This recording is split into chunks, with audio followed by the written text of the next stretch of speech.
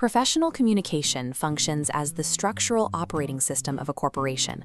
Often mislabeled a soft skill, it is the primary mechanism dictating organizational dominance. This creates a recurring failure in elite environments. Brilliant professionals walk into high-stakes meetings with flawless data and leave without securing a single commitment. Their proposals stall despite being technically bulletproof. These failures suggest a disconnect that has nothing to do with intelligence. The friction comes from a structural mismatch between the speaker's delivery and the listener's native cognitive architecture. When an idea is broadcast on a frequency the target audience cannot decode, that idea remains inert. We are going to audit your current communication architecture. This process requires dismantling standard habits and reconstructing your approach using an evidence-based blueprint. Mastering this hidden structure determines whether a leader simply attends a meeting or actively dictates its final outcome. Aristotle designed the original blueprints for communication strategy. He was the first to document the fact that human thought follows predictable, distinct patterns. He coached Alexander the Great using these frameworks, providing a structural method for command that facilitated the expansion of a global empire. Aristotle's most significant discovery was a binary divide in how humans process information. Every listener natively defaults to one of two structural pathways. This schematic shows the deductive pathway. This listener requires the conclusion immediately, with supporting details following afterward. They use the central point as an anchor. Without it, they have no frame of reference to contextualize incoming data. The inductive listener processes data in reverse. They require underlying logic and background information first to build toward the final point. They physically require a foundation of evidence. If the point arrives early, the brain rejects the conclusion as unearned. These neurological defaults are biological, not intellectual. Neither processing style indicates a superior mind. Your efficacy as a communicator depends entirely on your willingness to override your own default tendency and mirror the structural architecture of the listener. In a modern corporate environment, the results of a structural mismatch are measurable and immediate. Imagine an inductive subordinate pitching a $50,000 trade show innovation. They begin with 5 minutes of background data before ever mentioning the objective. To a deductive manager, this feels like an aimless waste of time. They have already mentally checked out. Now reverse the roles. A CFO presents a highly deductive point-first summary to a purely inductive executive board. The inductive board immediately experiences cognitive dissonance. Without seeing the underlying logic, they view the CFO's conclusion as premature, leading to a total attention collapse.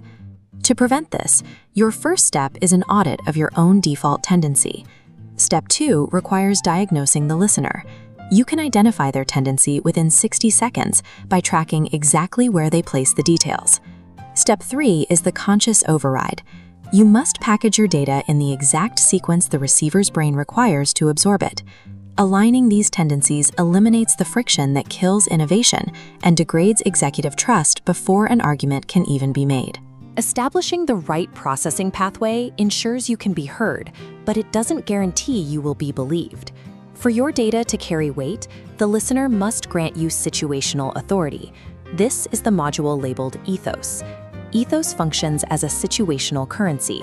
You must modulate your presence to match the physical context of the meeting. Even with high ethos, a listener requires an internal drive to act on your data. This is the motivation matrix. Leaders often sabotage their own influence by assuming their subordinates share their exact internal drivers.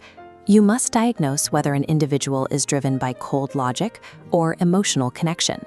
To lock this in, the final component needed to secure the processing pathway is the framing module.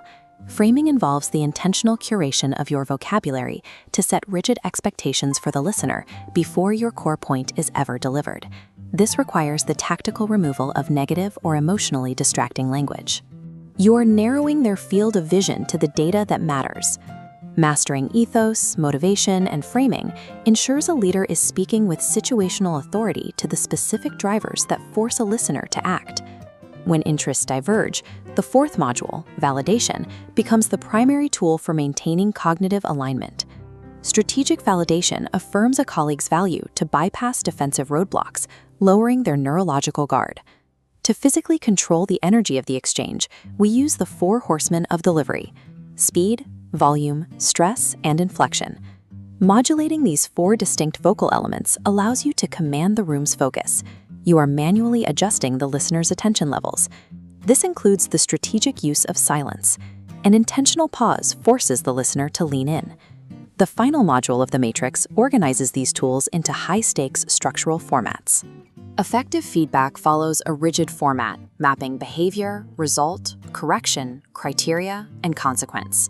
This prevents the conversation from becoming personal or emotional.